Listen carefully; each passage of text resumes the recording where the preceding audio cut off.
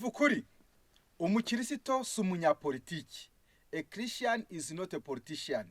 Yesu akiri hano muri iyi si yarabitandukanije muri ubu buryo bubiri.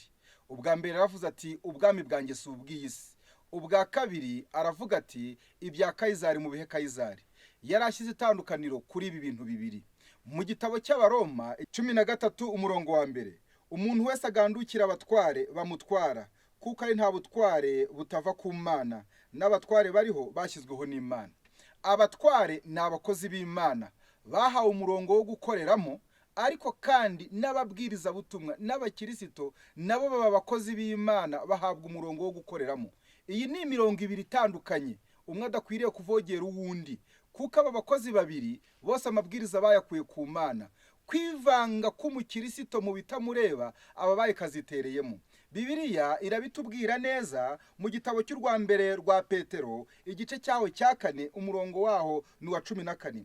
Ubwo mutuko babahora izina rya Kristo murahirwa, kuko umwuka w'ubwiza uba kuri mwe, ari we mwuka w'Imana. Ntihakagira umuntu wo muri mwe ubabazwa bamuhora kwica cyangwa kwiba cyangwa gukora inabi yindi cyangwa kuba kazitereyemo. Kuba kazitereyemo ni ukujya mu bitakureba. Umukristo ntabwo akwiriye kujya muri politike zisi, yahawe kugarura abantu ku Mana. Abananiranye bakomeje kuba inkoramabi, bakomeje gukora ibidakwiriye, Imana ishyiraho undi umukozi ngo utware inkota, kandi iyo nkota ngo ntayitwarire ubusa. Uwo nawe ni umukozi wayo uri ku ruhande. Kubw'ibyo rero umukristo ntabwo ari umunyapolitike. Umukristo ni umuntu uyobora abantu ku Mana ku nzira y'agakiza. Mu rwandiko Pawulo yandikiye Abakolosayi igice cyaho cya 28 haragira hati, niwe twamamaza tuburira umuntu wese, tumwigisha ubwenge bwose, kugira ngo tumurikire Imana umuntu wese amaze gutunganiza rwose muri Kristo.